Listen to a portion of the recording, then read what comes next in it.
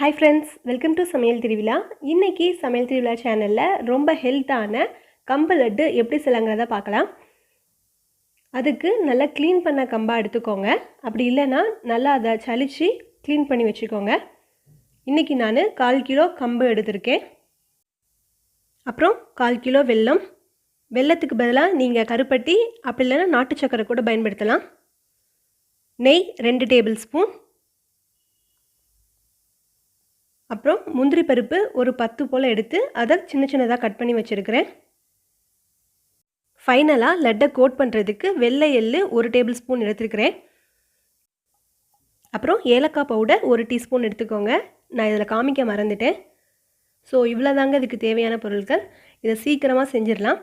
வாங்க இது எப்படி செய்யலாம்ங்கறதை இப்போ நம்ம பாத்துறலாம். ஃபர்ஸ்ட் ஸ்டவ் ஆன் பண்ணி அதுல ஒரு கடாய் வச்சுக்கோங்க. கடாய் நல்லா சூடானதுக்கு அப்புறமா நம்ம எடுத்து வச்சிருந்த கம்புல பாதி பாதியா போட்டு ட்ரை ரோஸ்ட் பண்ணி எடுத்துக்கலாம். ஃப்ளேமை மீடியம்லயே வச்சிட்டு எல்லாம் ஒண்ணு போல ரோஸ்ட் ஆகற மாதிரி பாத்துக்கோங்க. கம்பு நல்லா வறுபட நல்ல வாசனை வரும்.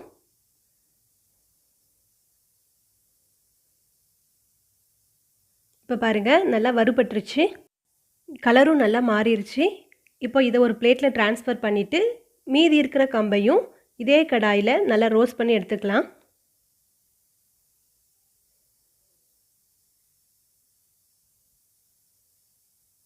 இப்ப பாருங்க இதுவும் ரோஸ்ட் ஆயிருச்சு. இப்போ இத ஆற வச்சிரலாம். ஆற வச்சிட்டு அதே கடாயில நம்ம எடுத்து வச்சிருந்த எள்ளையும் ட்ரை ரோஸ்ட் பண்ணிக்கலாம். எள்ளு சீக்கிரமா வறுபட்டுரும். அதனால ஃப்ளேமை லோல வச்சு வறுத்து எடுத்துக்கோங்க. இப்ப பாருங்க எள்ளு நல்லா வெடிக்க ஆரம்பிச்சிருச்சு. அடுத்ததா லட்டு செய்யிறதுக்கு நம்ம வெல்ல பாகு ரெடி பண்ணிரலாம். அதுக்கு ஒரு panல நம்ம எடுத்து வச்சிருந்த வெல்லத்தை சேர்த்துக்கோங்க. வெல்லம் சேர்த்துட்டு ஒரு 1/2 டம்ளர் போல தண்ணி சேர்த்து வெல்ல பாகு ரெடி பண்ணிரலாம். இதுக்கு கம்பி பதம் அப்படிங்கற அளவுலாம் கிடையாது. வெல்லம் எல்லாம் தண்ணில கரைஞ்சி நல்லா கொதிச்சி தண்ணி கொஞ்சம் வத்துற மாதிரி வந்த உடனே நம்ம அத ஃபில்டர் பண்ணி எடுத்துக்கலாம். இப்போ இது நல்லா கொதிக்கட்டும். அதுக்குள்ள நம்ம ஆற வச்சிருந்தோம்லையா அந்த கம்பு இப்போ நல்லா ஆறி ரெடி ஆயிருச்சு. இத நம்ம இப்ப மிக்ஸி ஜார்ல போட்டு அரைச்சு எடுத்துறலாம்.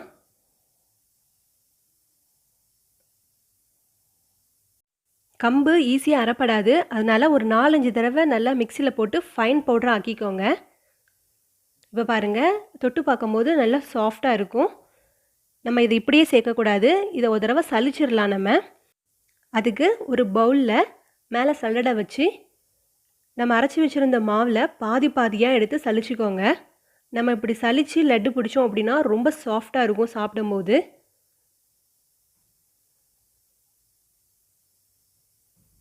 இப்ப பாருங்க நல்லா சலிச்சாச்சு. பாருங்க மாவு நல்லா ரெடி ஆயிருச்சு. இந்த பக்கம் வெல்லம் நல்லா கரைஞ்சி வெல்ல பாகுக்கு ரெடி ஆயிட்டு இருக்கு. நல்லா கொதிச்சு வரணும் வெல்லம். நல்லா கொதிச்சு வந்ததுக்கு அப்புறமா 1 டீஸ்பூன் போல ஏலக்காய் பவுடர் சேர்த்துக்கலாம். லட்டு இன்னும் நல்லா வாசனையா இருக்கும். இப்போ ஒரு வடிகட்டி வச்சு வடிச்சி இந்த பாகை மட்டும் தனியா எடுத்து வச்சுக்கோங்க. நெக்ஸ்ட் முந்திரி பருப்பு வறுத்துறலாம்.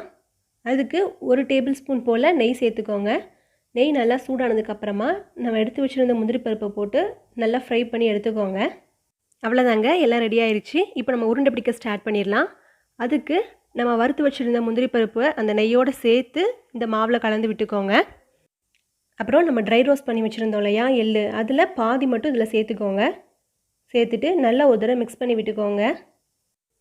இப்போ நம்ம ரெடி பண்ணி வச்சிருந்த வெல்ல பாகை ஃபுல்லா சேர்க்காம கொஞ்சம் கொஞ்சமா சேர்த்து கை பொறுக்குற அளவுக்கு சூடு வந்ததுக்கு அப்புறமா நம்ம உருண்டை பிடிக்க தொடங்கிரலாம். கம்பு, வறுத்த எள்ளு, நெய் இதெல்லாம் சேர்த்து பிசையும்போதே நல்ல வாசனையா இருக்குது. உருண்டை பிடிக்கும்போது நல்லா டைட்டாவே பிடிச்சுக்கோங்க.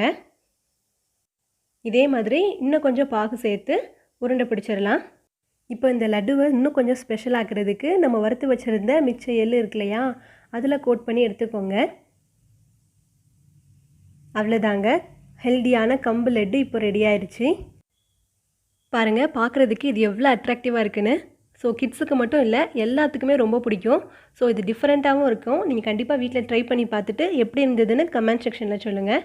இந்த ரெசிபி உங்களுக்கு பிடிச்சிருந்துச்சுன்னா லைக் பண்ணுங்கள். மறக்காமல் சமையல் திருவிழா சேனலை சப்ஸ்கிரைப் பண்ணிக்கோங்க.